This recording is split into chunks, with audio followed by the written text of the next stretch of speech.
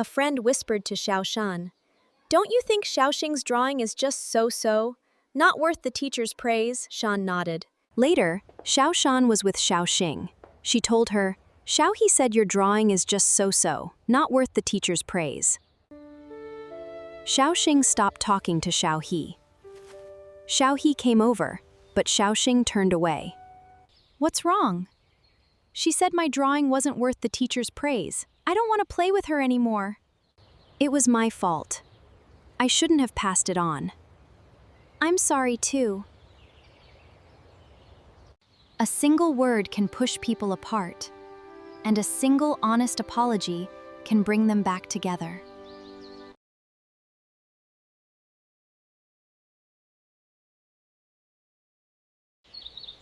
Xiao Shan's mother said, "Go to your friend's house to study. You have a math test tomorrow."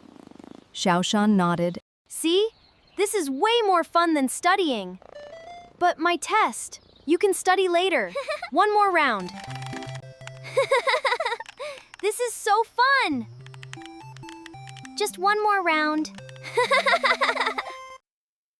The next day, she stared at the test paper.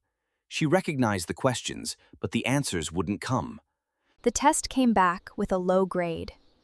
She stared at it for a long time. She knew she could have done better. "Did you study at your friend's house?" No, we played games instead. I'm sorry. I should have listened to you. "It's okay. You learned."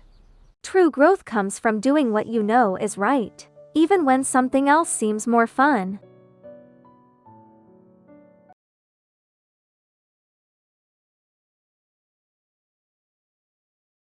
Xiao Shan met a new friend. They played together every day. She laughed more than ever.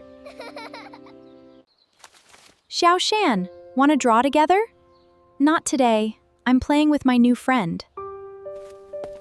Xiao Shan, want to have lunch together? Not today. I'm eating with my new friend. One day, Xiao Shan saw her new friend playing with someone else without her. She stood there, watching, feeling left out. That night, she sat alone and remembered all the time she spent with her old friend. She realized she missed her. Want to play together today? Sure. I've been waiting to ask you. A new friend is exciting, but an old friend is someone who knows you. Don't forget the one who stayed.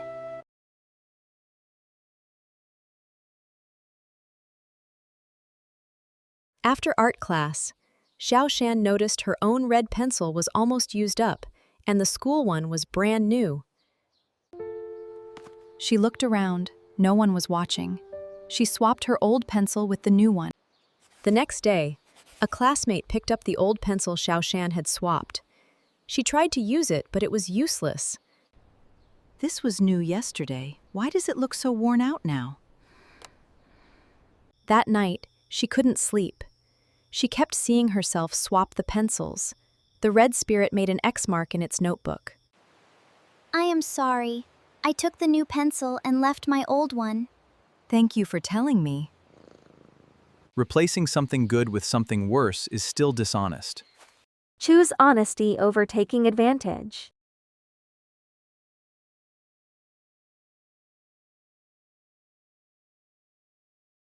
Xiao Shan and her friend argued over something small. Xiao Shan wouldn't back down. She was sure she was right. Maybe you should talk to her. Leave me alone. A few days passed.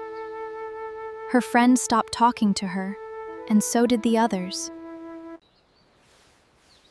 She remembered how she had spoken and how her friend had looked down. She began to wonder if she had been wrong. I'm sorry.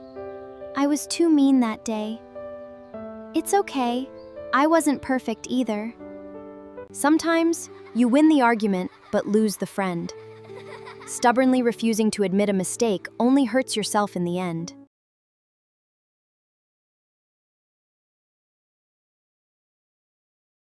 The teacher announced a reward for the best cleaner.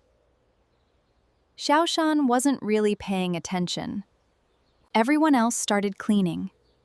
Xiao Shan wiped her desk once, then just sat there, doing nothing.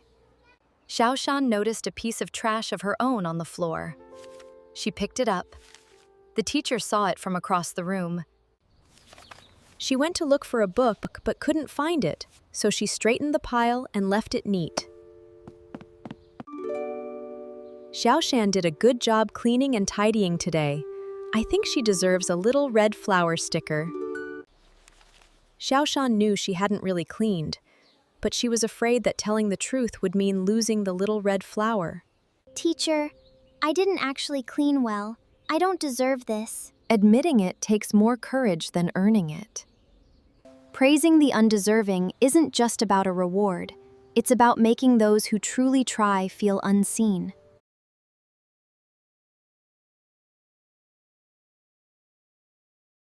The teacher gave everyone a simple craft project. Everyone started right away. Xiao Shan looked at the paper and began her preparation. She didn't start folding. She arranged her paper by color, then by size. Then she measured each piece and wrote down. She picked up a sheet, turned it over, and put it down. She looked busy, but nothing was getting folded. She kept going, picking up paper, putting it down, drawing small circles in her notebook. But no paper was folded. Bell rang. Everyone handed in their finished crafts and left. Xiao Shan had spent all her time preparing, and nothing was made. The teacher came by and picked up the paper. She didn't ask why. She just smiled, as if to say, "It's okay."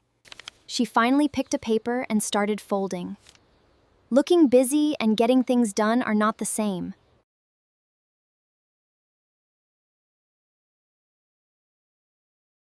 It was Saturday morning. Xiao Shan was heading out to play with her friends. But as she opened the door, she heard her mom coughing. She looked in and saw her mom resting. She knew what she had to do. She made toast and warm milk. It wasn't perfect, but she tried. Look at you, making breakfast for me. I hope you feel better. Xiao Shan, come out and play. Everyone's waiting. Not today. I'm staying home to take care of my mom. Love isn't always shown through big gestures. Sometimes it's a warm meal made with a caring heart.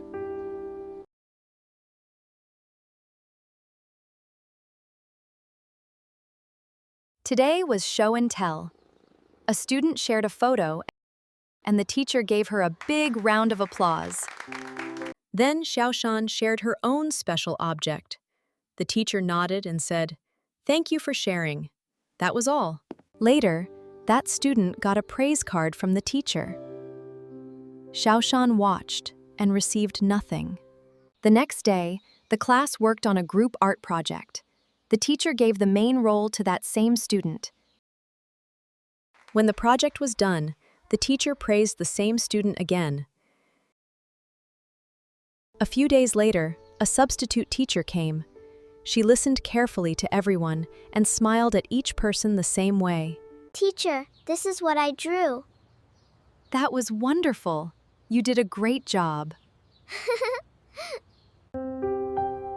Favoritism doesn't just change who gets attention. It changes how people grow.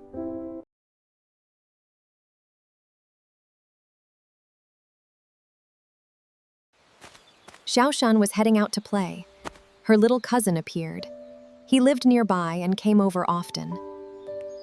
Where are you going? I want to come too. I'm going to a friend's house. You don't have to follow me everywhere. Xiao Shan walked away to her friend's house. Her cousin stood in the doorway, holding his little toy, feeling disappointed. Xiao Shan and her friend were playing a board game together, laughing and rolling the dice. On her way home, she thought about her cousin. She paused, then turned toward his house. What are you doing? Nothing. Tomorrow, I'm going to the park with my friend. Do you want to come? Really? You'll take me? Mm-hmm. The people closest to us deserve our patience, kindness, and care.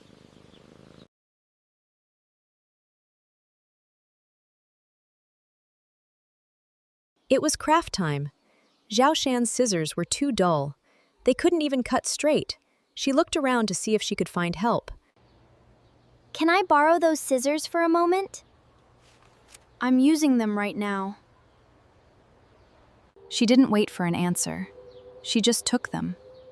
Her friend sat there, empty-handed. She sat down to cut. But the scissors wouldn't cut. She pressed harder, still nothing. They were useless in her hands. You go ahead first. I can wait. Okay. I'll give them to you when I'm done. She watched him cut, smooth and easy. The scissors that wouldn't work for her worked just fine for him.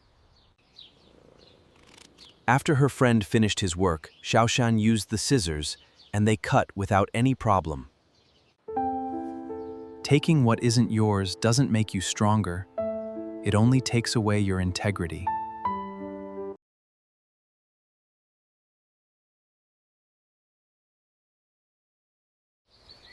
You're still learning to ride. Stay in front of the house. Don't go on the big road. Okay, Mom. Let's ride down that wide road.